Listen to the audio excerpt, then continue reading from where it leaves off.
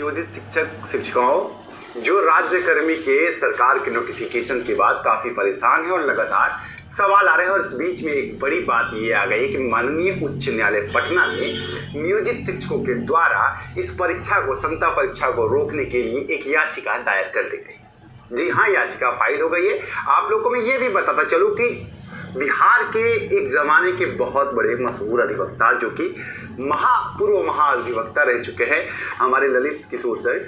उन्होंने इस केस को लिया है और उन्हें ये केस अप्रोच किया गया और वो इस केस को लेकर के ऑनरेबल हाईकोर्ट में जा रहे हैं। तमाम आप लोग के सवाल रहे क्या इससे परीक्षा में रोक लग सकती है। पहला सवाल तो आपका ये है और तमाम जो ग्राउंड्स है कि किन ग्राउंड्स के ऊपर इस पे केस फाइल किया गया है, क्या क्या चीजें हैं और क्या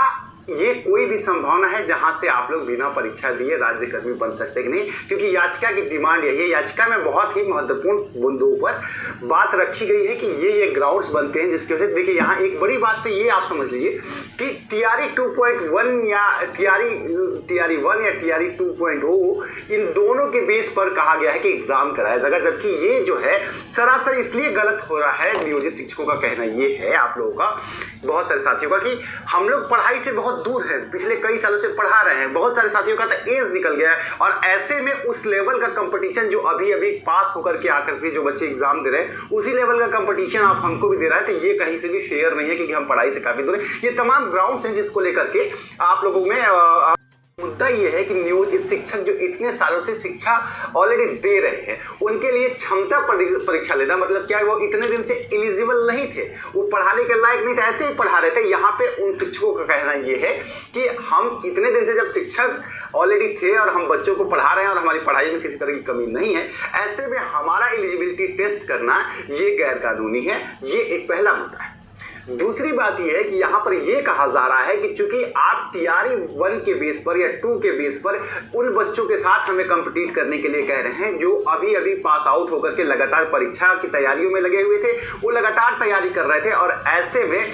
आप उनके साथ हमें बैठा रहे कि आप जो है अब इनके साथ कंप्लीट कीजिए, जबकि हमने पढ़ाई छोड़े, किसी को 4 साल हो गया, किसी को 5 साल हो गया, किसी को 10 साल हो गया, कोई 20-20 साल से पढ़ाई छोड़ चुका है, सिर्फ वो बच्चे को 1 to 5 के लिए पढ़ाता है। और ऐसे में आप कह रहे हैं कि अब आप इन लोगों के साथ कंप्लीट कीजिए और इसके साथ ही एक क्वालिफाइंग मार्क भी दे दिया गया कि अगर इससे कम नंबर आ गया तो आप जो है राज्यकर्मी नहीं बनेंगे। और साथ ही साथ बहुत सारे नियोजित साथियों को इस बात का भी डाउट है कि अगर हम पास नहीं किए तो हमारी योग्यता पर सवाल उठा दिया जाएगा और हमें हो सकता है कि नियोजित शिक्षक भी ना रहने दे रहा है कि ये कहकर कि आप योग्य नहीं। ये तमाम ग्राउंड हैं जिसको लेकर के ऑनरेबल हाई कोर्ट में आपकी तरफ से मुकदमा जो गया है, इसका जो मैं आपको दिखाता चलूं, ये जो आपके सामने है केशव कुमार एज 47 के द्वारा ये केस फाइल किया गया है और ये जो है अभी इस केस को लीड कर रहे हैं और साथ ही और भी नियोजित शिक्षक। अब आ जाते हैं कोर्ट के पर्सपेक्टिव पे कि कोर्ट में क्या हो सकता है, क्या इस परीक्षा को रोक लग सकती है। देखिए, न्याय के हिसाब से अगर समझा जाए तो अगर ग्राउंड्स को ठीक तरीके से रखा जाएगा तो परीक्षा में रोक लगे या ना लगे, परीक्षा रद्द हो या ना हो, लेकिन तत्कालिक तौर पर आपको रोक लगने की पूरी संभावना है। क्योंकि कोर्ट में एक चीज होता है, आप लोग शिक्षक हैं, आप लोगों को पता होगा, समानता का अवसर, फेयर अपॉर्चुनिटी, सबको समान मौका देने का। यहाँ पर समान मौका नहीं है क्योंकि जो शिक्षक लगातार पहले से पढ़ा रहे थे वो शिक्षक को आज आप फ्रेश बच्चों के साथ कंप्लीट करने की बात कर रहे हैं और आज उनकी योग्यता निर्धारित की जा रही है, जबकि वो इतने दिन से टीचर्स थे। ये अपने आप में कॉन्ट्रडिक्टरी है और ऐसे में कोर्ट आपको रिलीफ दे सकता है। हालांकि इसकी सुनवाई में आपको बताता चलो कि इसकी सुनवाई में अभी आपको विलंब है क्योंकि 24 तारीख को केस फाइल हुआ है, केस लिस्टिंग होगी और फिर टेबल पे आएगी और फिर अर्जेंट मेंशनिंग के जरिए आप लोग इसकी सुनवाई करवा सकते हैं। मोस्ट प्रोबेबली 1 से 1.5 हफ्ते में 10 दिन के अंदर कोर्ट ऑनरेबल हाई कोर्ट के टेबल पे आ जाएगा। आप लोग चैनल को सब्सक्राइब कर लीजिए, जैसे ही सुनवाई होगी हम आपको आकर के बता देंगे कि क्या क्या केस में कंसीडर हो रहा है। फिलहाल के लिए मैं आपको ये जरूर कह दूंगा कि कोर्ट की कार्रवाई अपनी जगह पे है, लेकिन अगर आप में क्षमता है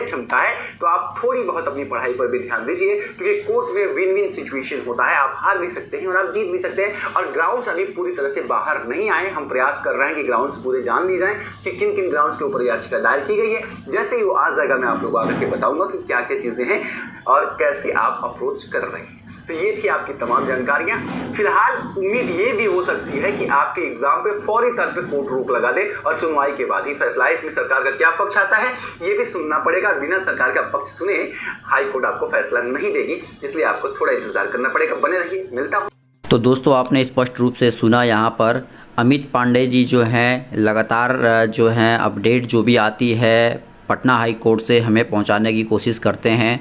उनका स्पष्ट रूप से कहना है कि जो भी नियोजित शिक्षक हैं उनके साथ गलत किया जा रहा है और पटना हाई कोर्ट में केस लिस्टेड है और कहा गया है कि भाई आप TRE 1 या TRE 2 में जो है ये शिक्षक नियोजित शिक्षक हैं, इनको आप